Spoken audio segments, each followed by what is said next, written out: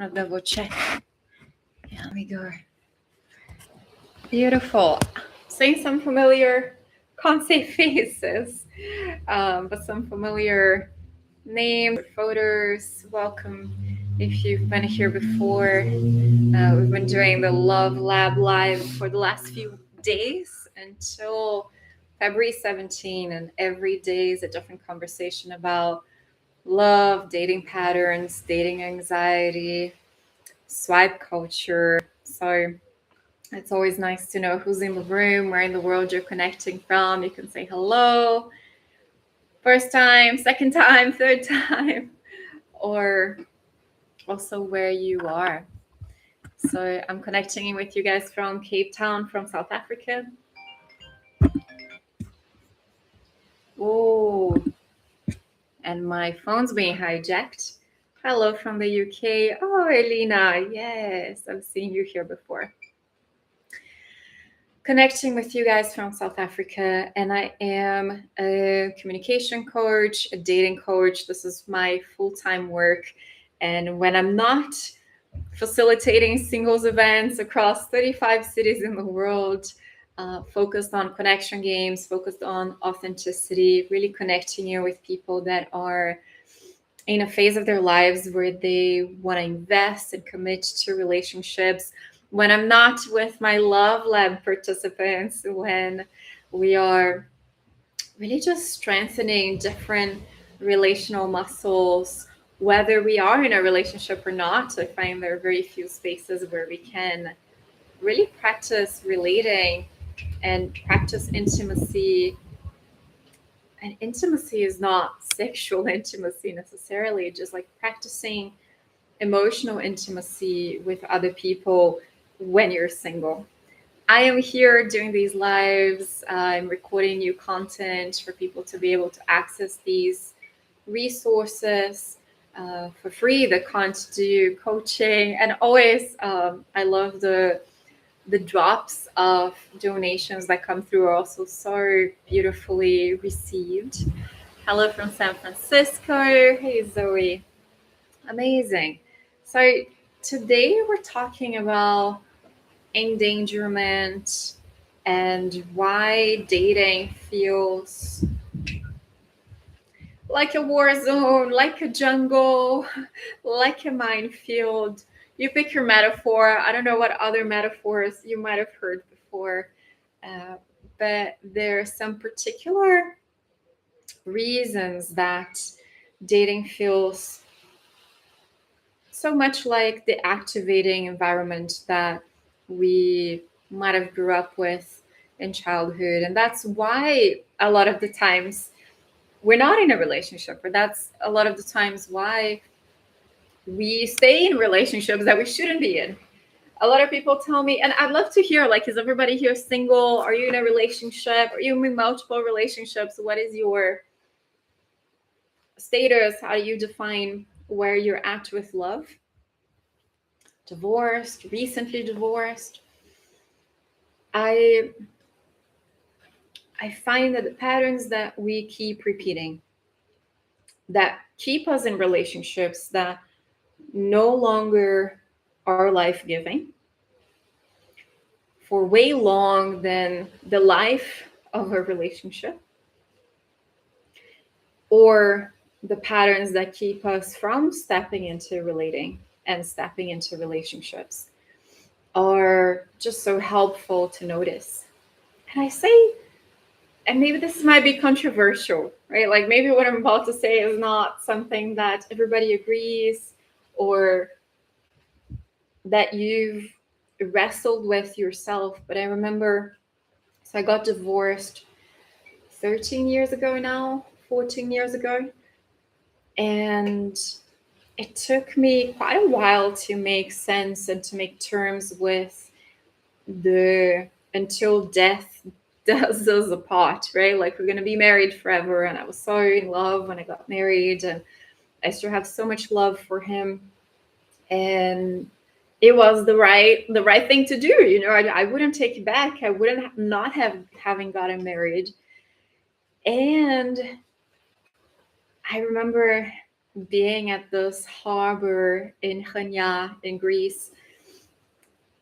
And I thought, I just bought my first piece of intermarriage jewelry. So I have two pieces of intermarriage. Maybe that's another topic that we will talk about. And I'm launching a 4-day challenge in a couple of days. Maybe that is something that I will add a little bit of a practice around, because, self-marriage and intermarriage is so much fun, especially when we, really have a little token of that commitment and that promise to ourselves.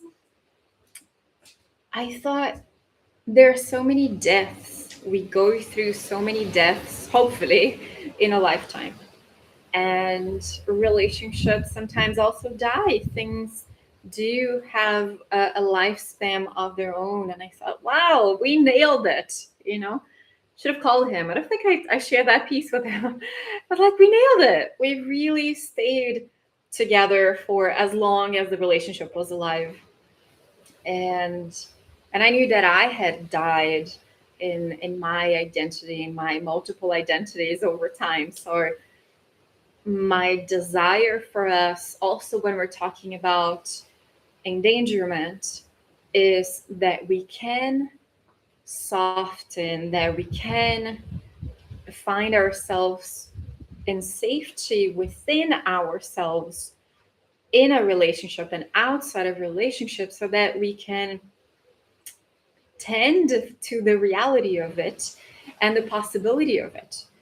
And like, wow, yes, this plant still has so much to go in terms of life.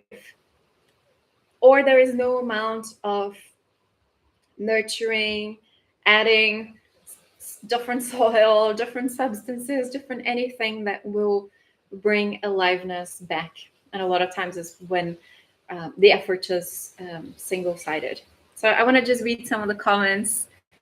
Been single for 8+ years, not overly interested in coupling. I would love to, but I'm not feeling it.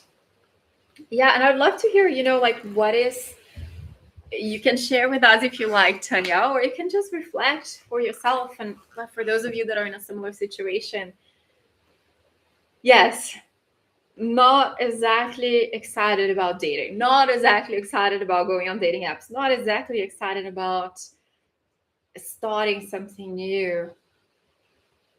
Could that, just a little inquiry, could that be coming from self-protection? Could that be coming from danger, from fear that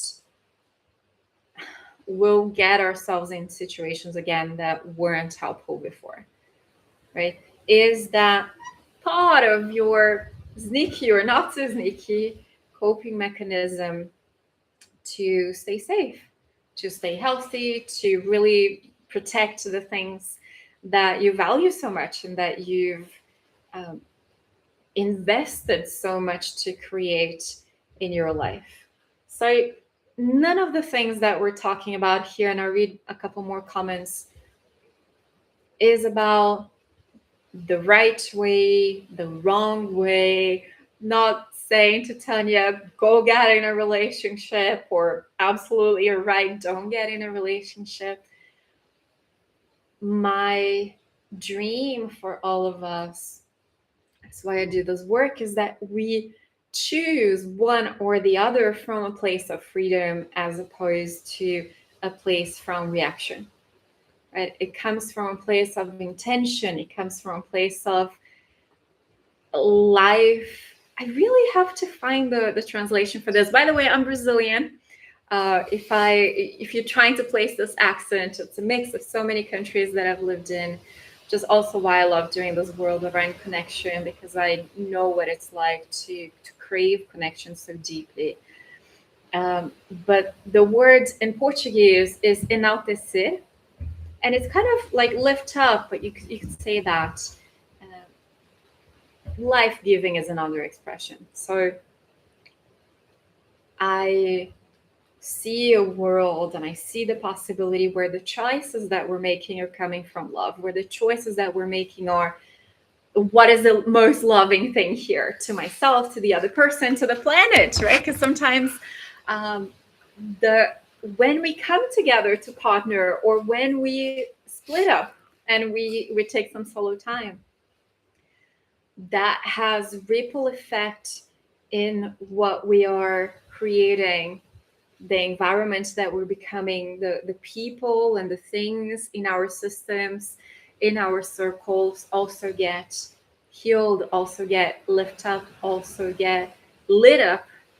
And in order to do that, it requires us noticing, oh, yeah, that is a part of me trying to protect me. Oh, that is a part of me that is reacting. Even if you look very calm, right?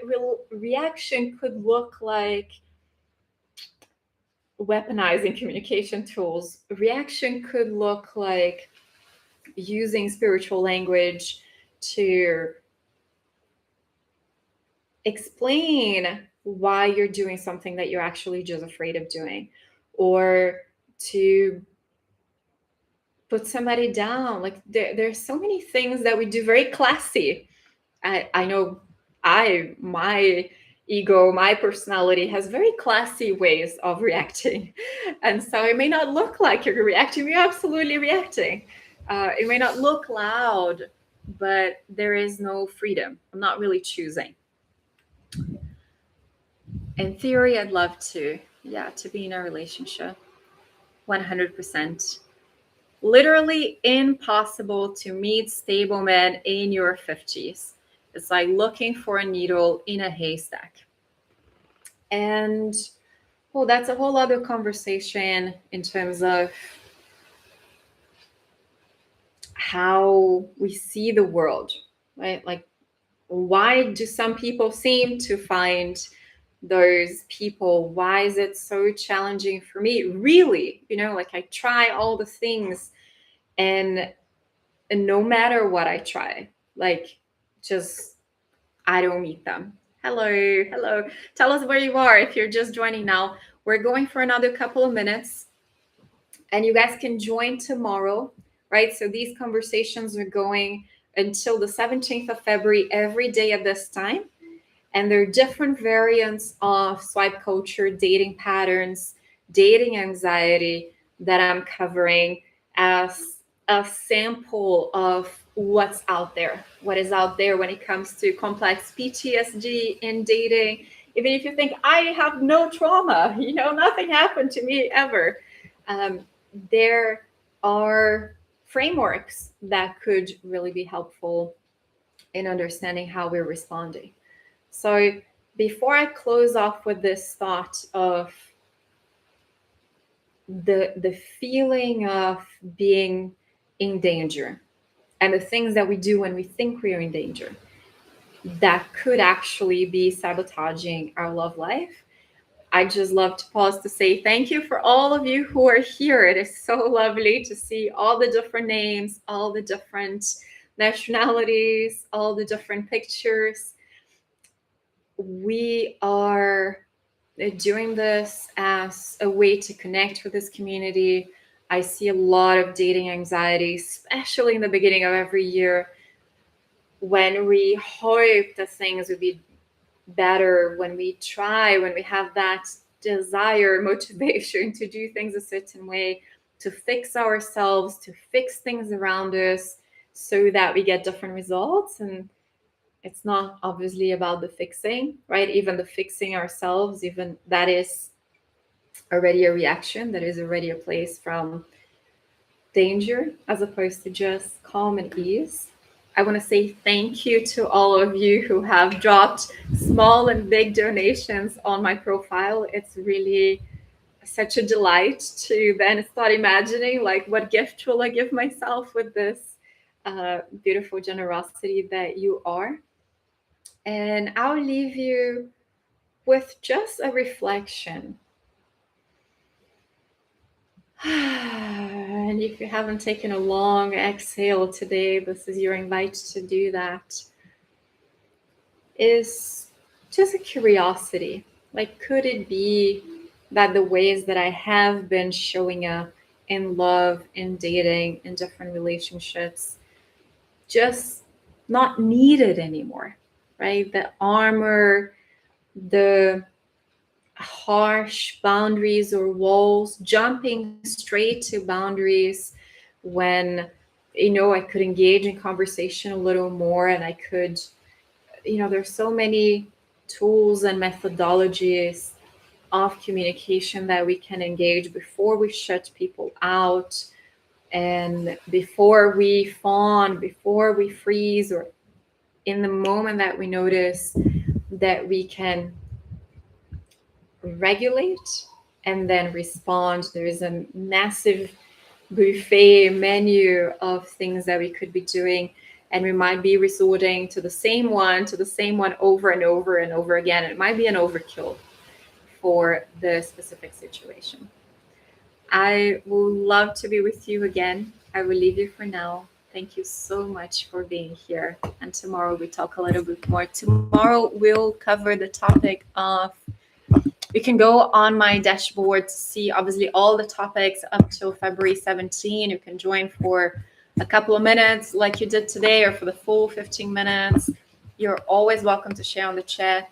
And tomorrow we're talking about dating anxiety. This is one of my favorite topics. 3 perfectionism attacks that sabotage connection. Okay. What is the perfectionism attack? We'll talk about it tomorrow. And, perhaps when we see these things, it becomes a little bit easier to soften. Lots of love. Thank you for being here.